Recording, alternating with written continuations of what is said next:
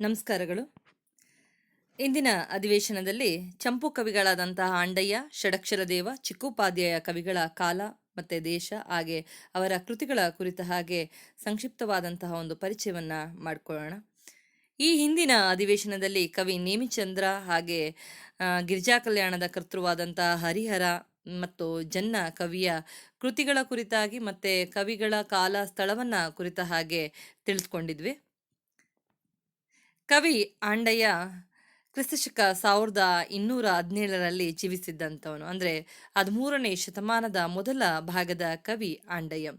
ಏನು 12ನೇ ಶತಮಾನದ ವಚನ ಸಾಹಿತ್ಯ ಕನ್ನಡ ಸಾಹಿತ್ಯದಲ್ಲಿ ಬಹಳ ಮಹತ್ವದ ಸ್ಥಾನವನ್ನು ಪಡೆದುಕೊಂಡಿದೆ. ವಿಶ್ವ ಸಾಹಿತ್ಯಕ್ಕೆ ಬಹುದೊಡ್ಡ ಕೊಡುಗೆ ಅಂತಂದರೆ ಅದು ವಚನ ಸಾಹಿತ್ಯ. ಆ ವಚನ ಸಾಹಿತ್ಯದ ಏರುಘಟ್ಟ ಮುಗಿದ ನಂತರದಲ್ಲಿ ಕಾಣಿಸಿಕೊಳ್ಳುವಂತಹ ಬಹುಮುಖ್ಯವಾದಂತಹ ಕವಿ ಆಂಡಯ್ಯ. ಈತನ ಆಶ್ರಯದಾತ ಕದಂಬ ಕಾಮದೇವ. ಈತನ ಕೃತಿ ಕಬ್ಬಿಗರ ಕಾವ ಅನ್ನುವಂಥದ್ದು. ಇದನ್ನ ಇತರ ಹೆಸರುಗಳಿಂದ ಕೂಡ ಕರೆಯುವಂಥದ್ದನ್ನ ನೋಡ್ಬೋದು. ಒಂದು ಮದನ ವಿಜಯ ಅಂತ ಹೇಳಿ, ಮತ್ತೊಂದು ಕಾವನ ಗೆಲ್ಲಂ ಅಂತ ಹೇಳಿ. ಕಬ್ಬಿಗರ ಕಾವ ಕೃತಿಯ ವಿಚಾರಕ್ಕೆ ಬರೋದಾದ್ರೆ ಇದು ಬಹಳ ಒಂದು ಪುಟ್ಟದಾದಂತಹ ಒಂದು ಗ್ರಂಥ. ಹೇಗೆ ಜನ್ನನ ಯಶೋಧರ ಚರಿತ್ರೆ 310 ಪದ್ಯಗಳನ್ನು ಒಳಗೊಂಡಿದೆಯೋ, ಕಬ್ಬಿಗರ ಕಾವ ಕೂಡ 270 ಪದ್ಯಗಳ ಒಂದು ಸರಳವಾದಂತಹ ಸುಲಲಿತವಾದಂತಹ ಕಾವ್ಯ ಅಂತ ಹೇಳ್ಬೋದು. ಈ ಕೃತಿಯಲ್ಲಿ ಬರುವಂತಹ ವಸ್ತುವನ್ನ ನಾವು ನೋಡೋದಾದ್ರೆ, ಶಿವ ಮದನನಿಂದ ಸೋತು ಮದನ ಜಿನನಿಂದ ಸೋತಂತೆ ಒಂದು ಚಿತ್ರಣವನ್ನ ಕವಿ ಕಟ್ಕೊಡುವಂಥದ್ದನ್ನ ನೋಡ್ಬೋದು. ಒಂದು ಧರ್ಮ ಪ್ರೇಮದ ಕಥಾನಕ ಇದಾಗಿದೆ. ಇಲ್ಲಿ ಬರುವಂತಹ ಪಾತ್ರಗಳು ಒಂದು ನನೆಯೆಂಬ, ಇಚ್ಛೆಗಾರ್ತಿ, ನನೆಗಾರ, ವಸಂತ, ಜೊನ್ನವಕ್ಕಿ ಇತ್ಯಾದಿ. ಕಬ್ಬಿಗರ ಕಾವದ ವಿಶೇಷತೆ ಏನು ಅಂತಂದ್ರೆ, ಆಂಡಯ್ಯನ ಕವಿಯ ಒಂದು ವಿಶೇಷತೆ ಏನು ಅಂದ್ರೆ, ಆತ ಸಂಸ್ಕೃತ ಭಾಷೆಯನ್ನ ಬಳಸದೆ ಅಚ್ಚಗನ್ನಡ ಭಾಷೆಯಲ್ಲೇ ತನ್ನ ಕಾವ್ಯವನ್ನ ರಚನೆ ಮಾಡಿರುವಂಥದ್ದು ಈ ಕವಿಯ ಮತ್ತೆ ಕಾವ್ಯದ ವಿಶೇಷತೆ ಅಂತ ಹೇಳಿ ನಾವು ಗುರುತಿಸ್ಬೋದು. ಹಾಗೆ ಆಂಡಯ್ಯ ಕವಿಯ ಕೃತಿಯಲ್ಲಿ ಕನ್ನಡ ನಾಡಿನ ಕುರಿತಾಗೆ ಆತ ವರ್ಣನೆ ಮಾಡುವಂಥದ್ದನ್ನು ನೋಡ್ಬೋದು. ನಾವು ಕವಿರಾಜ ಮಾರ್ಗದಲ್ಲಿ ಕನ್ನಡ ನಾಡನ್ನ ಕುರಿತ ಹಾಗೆ, ಕನ್ನಡಿಗರನ್ನ ಕುರಿತ ಹಾಗೆ ಮಾರ್ಗಕಾರ ಹೇಳುವಂಥದ್ದನ್ನ, ಹಾಗೆ ಪಂಪ ಬನವಾಸಿಯ ವರ್ಣನೆಯನ್ನ ತನ್ನ ಪಂಪಭಾರತ ಕೃತಿಯಲ್ಲಿ ಮಾಡುವಂತೆ ಇಲ್ಲಿ ಆಂಡಯ್ಯ ಕೂಡ ಕನ್ನಡ ನಾಡಿನ ಬಗೆಗೆ ತಳೆದಿರುವಂತಹ ಧೋರಣೆ ಏನು ಅನ್ನುವಂಥದ್ದು ಇಲ್ಲಿನ ಪದ್ಯಗಳ ಮೂಲಕ ತಿಳಿದು ಬರುತ್ತೆ. ಫಲವುಂ ನಾಲಗೆಯುಳ್ಳವಂ ಬಗೆಯೊಡೆಂದು ಬಣ್ಣಿಸಲ್ಕಾರನ್. ಅಂದ್ರೆ ಹಲವಾರು ನಾಲಗೆಯುಳ್ಳಂತಹ ಆದಿಶೇಷನು ಕೂಡ ಈ ಕನ್ನಡ ನಾಡಿನ ಒಂದು ಚೆಲುವನ್ನ ವರ್ಣಿಸೋದಕ್ಕೆ ಸಾಧ್ಯ ಇಲ್ಲ. ಅಂದ್ರೆ ಅಷ್ಟರ ಮಟ್ಟಿಗೆ ಸುಂದರವಾಗಿದೆ. ಕನ್ನಡಂ ಎನಿಪ ನಾಡು ಚೆಲುವಾಯ್ತು. ಈ ನಾಡು ಎಷ್ಟು ಚೆಲುವಾಗಿದೆ ಅಂತ ಹೇಳಿ ವರ್ಣಿಸ್ತಾ ಇದ್ದಾನೆ. ಮೆಲ್ಲಲರಿಂ ಪೂತ ಕೊಳಂಗಳಿಂ ಕೆರೆಗಳಿಂ ಕಾಲೂರುಗಳಿಂ ಇವು ಪಳ್ಳಿಗಳಿವು ಪಟ್ಟಣಮಿವು. ಇಲ್ಲಿರುವಂಥ ಹಳ್ಳಿ, ಪಟ್ಟಣ, ಕೆರೆ, ಕಾಲುವೆ, ಕೊಳ ಎಲ್ಲದರ ಕುರಿತಾಗಿ ಹೇಳ್ತಾ ಇದ್ದಾನೆ. ಕವಿಯ ಒಂದು ಕನ್ನಡ ನಾಡಿನ ಕುರಿತಾದಂತಹ ಒಂದು ಪ್ರೀತಿ, ವಿಶೇಷ ಕಾಳಜಿ, ಅಭಿಮಾನ ಎಲ್ಲವೂ ಕೂಡ ಈ ಪದ್ಯಗಳಲ್ಲಿ ಅಭಿವ್ಯಕ್ತವಾಗ್ತಾ ಇರುವಂಥದ್ದನ್ನ ನಾವು ನೋಡ್ಬೋದು. ಇನ್ನು ಕವಿ ಷಡಕ್ಷರ ದೇವನ ಕುರಿತ ಹಾಗೆ ನೋಡೋದಾದ್ರೆ, ಕವಿ 17ನೇ ಶತಮಾನದವನು ಅಂತಂದ್ರೆ 1655 ಈತನ ಕಾಲ. ಮೈಸೂರು ಭಾಗದ ಯಳಂದೂರಿನ ಕಡೆಯವನು ಷಡಕ್ಷರ ದೇವ. ಈತನ ವಿಶೇಷತೆ ಏನು ಅಂದರೆ, ಕನ್ನಡ ಮತ್ತು ಸಂಸ್ಕೃತಗಳ ಎರಡರಲ್ಲೂ ಕೂಡ ಈತನ ಪಾಂಡಿತ್ಯ ಇರುವಂಥದ್ದು ಕಾಣಿಸುತ್ತೆ. ಎರಡೂ ಭಾಷೆಗಳಲ್ಲೂ ಕೂಡ ಕೃತಿ ರಚಿಸಿರುವಂಥದ್ದನ್ನು ನೋಡ್ಬೋದು. ಈತನ ಕೃತಿಗಳು ಒಂದು ರಾಜಶೇಖರ ವಿಳಾಸ, ಮತ್ತೊಂದು ಬಸವರಾಜ ವಿಜಯ, ಹಾಗೆ ಶಬರಶಂಕರ ವಿಳಾಸ. ಈ ಮೂರು ಕೃತಿಗಳಲ್ಲಿ ಬರುವಂತಹ ಬಹುಮುಖ್ಯವಾದಂತಹ ವಿಚಾರ ಅಂದರೆ ಒಂದು ಶಿವಲೀಲೆ ಮತ್ತು ಶಿವಭಕ್ತರ ಮಹಿಮೆ.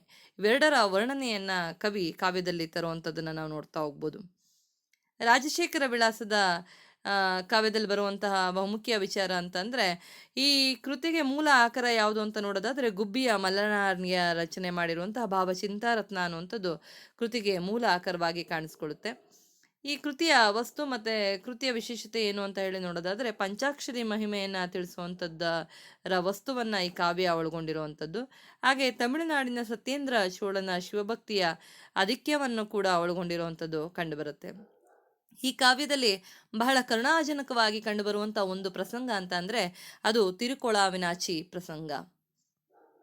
ಇನ್ನು ಬಸವರಾಜ ವಿಜಯ ಕಾವ್ಯದಲ್ಲಿ ಬರುವಂತಹ ವಿಚಾರ ಅಂತಂದರೆ ಅದು ಬಸವಣ್ಣನ ಬಗೆಗೆ ಬರೆದಂಥ ಒಂದು ಚಂಪು ಪುರಾಣ ಕಾವ್ಯ. ಈ ಕೃತಿಗೆ ಭೀಮಕವಿ ರಚನೆ ಮಾಡಿದಂತಹ ಬಸವ ಪುರಾಣ ಅನ್ನುವಂಥದ್ದು ಆಕರ ಗ್ರಂಥವಾಗಿದೆ. ಈ ಕೃತಿಯ ಮೂಲಕ ಬಸವಣ್ಣನ ಒಂದು ಉದಾತ್ತ ವ್ಯಕ್ತಿತ್ವವನ್ನು, ಆತನ ಮಹಿಮೆಯನ್ನು ಮತ್ತು ಆತನ ಕುರಿತ ಹಾಗೆ ಇದುವರೆಗೂ ಬಂದಿರುವಂತಹ ಪವಾಡಗಳೇನು ಅನ್ನುವಂಥದ್ದನ್ನು ಕವಿ ಚಿತ್ರಣ ಮಾಡ್ತಾ ಹೋಗುವಂಥದ್ದನ್ನು ನಾವು ನೋಡ್ಬೋದು.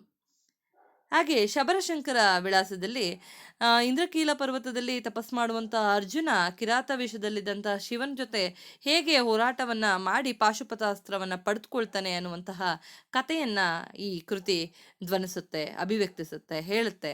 ಶಿವನೇ ಇಲ್ಲಿ ಕಾವ್ಯದ ಕಥಾನಾಯಕನಾದ್ರೂ ಕೂಡ ಶಿವನ ಜೊತೆಗೆ ಹೋರಾಡುವಂತ ಅರ್ಜುನನ ಶೌರ್ಯ, ಪರಾಕ್ರಮ, ಸ್ವಾಭಿಮಾನ ಮತ್ತೆ ಆತನ ತಪೋನಿಷ್ಠೆ ಏನು ಅನ್ನುವಂಥದ್ದು ಈ ಕೃತಿಯಲ್ಲಿ ಚಿತ್ರಿತ ಆಗಿರುವಂಥದ್ದನ್ನ ನೋಡ್ಬೋದು.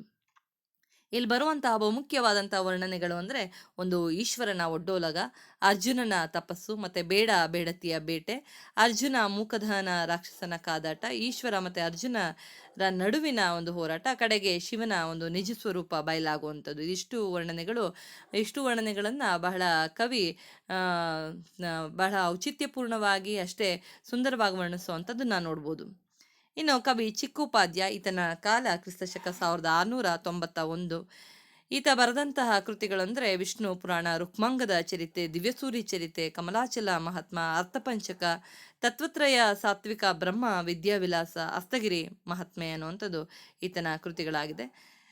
ವಿಷ್ಣು ಪುರಾಣ ಕೃತಿಯ ಬಗೆಗೆ ನೋಡೋದಾದ್ರೆ ಇಲ್ಲಿ ಒಟ್ಟು 6 ಭಾಗಗಳು, 33 ಆಶ್ವಾಸಗಳು ಮತ್ತೆ 6255 ಪದ್ಯಗಳನ್ನು ಒಳಗೊಂಡಂತಹ ಬಹಳ ದೊಡ್ಡದಾದಂಥ ಬಹಳ ದೀರ್ಘವಾದಂಥ ಕಾವ್ಯ ಇದಾಗಿದೆ. ಈ ಕಾವ್ಯದ ಉದ್ದೇಶ ಏನು ಅಂದ್ರೆ ವೈಷ್ಣವ ತತ್ವವನ್ನ ಪ್ರತಿಪಾದನೆ ಮಾಡುವಂಥದ್ದು. ಈ ಕೃತಿಯನ್ನ ಕವಿ ಶ್ರೀ ವಿಷ್ಣು ಪುರಾಣ ನಾಮ ಪ್ರಬಂಧ ಅಂತ ಹೇಳಿ ಕೂಡ ಕರ್ಕೊಳ್ಳುವಂಥದ್ದನ್ನ ನೋಡ್ಬೋದು. ಈ ಕೃತಿಯಲ್ಲಿ ಕಾವ್ಯಾಂಶ ಅನ್ನೋದಕ್ಕಿಂತ ಹೆಚ್ಚಾಗಿ ಅಲ್ಲಿ ತಾತ್ವಿಕತೆ ಮತ್ತೆ ಭಕ್ತಿ ಎರಡೂ ಕೂಡ ಪ್ರಾಮುಖ್ಯತೆಯನ್ನ ಪಡೆದುಕೊಳ್ಳುವಂಥದ್ದನ್ನ ಕೂಡ ನಾವು ಗಮನಿಸ್ಬೋದು. ಒಟ್ಟು ಈ ಅಧಿವೇಶನದಲ್ಲಿ ಕವಿ ಆಂಡಯ್ಯ ಮತ್ತೆ ಷಡಕ್ಷರ ದೇವ ಹಾಗೆ ಚಿಕ್ಕುಪಾಧ್ಯಾಯ ಕವಿಗಳ ಕಾಲ ಏನು, ದೇಶ ಏನು, ಅವರ ಮತ ಏನು, ಮತ್ತೆ ಅವರ ಆಶ್ರಯ, ಬಿರುದು, ಹಾಗೆ ಅವರ ಕೃತಿಗಳ ಕುರಿತ ಹಾಗೆ ಕೆಲವು ವಿಚಾರಗಳನ್ನ ನಾವು ಅರ್ಥಕೊಂಡಿದ್ದೇವೆ. ನಮಸ್ಕಾರಗಳು.